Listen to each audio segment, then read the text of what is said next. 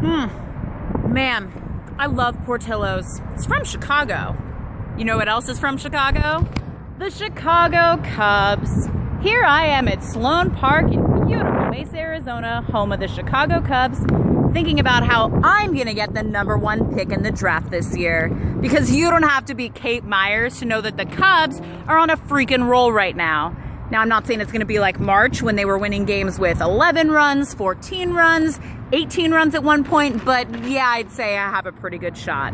Now, what would I do if I got one of the top picks? Well, first of all, I don't think I'd take the 49ers defense. This isn't 2012 when the defense was so good, it took them to the NFC Championship game. Nor is it 2013 when they did that for the second time, or 2014 for the third time in a row. Nah, I think I'd take someone like Jamal Charles or Eddie Lacy, or Adrian Peterson's back in the mix. I don't know, I have to think about it. Or maybe I'll take someone like that shit sipper Tom Brady just to make him sit on my bench all season and do absolutely nothing. Just to spite you guys. I don't know, I guess I'll have to think about it. Thanks to the Chicago Cubs though, I'd say it's a pretty good damn possibility,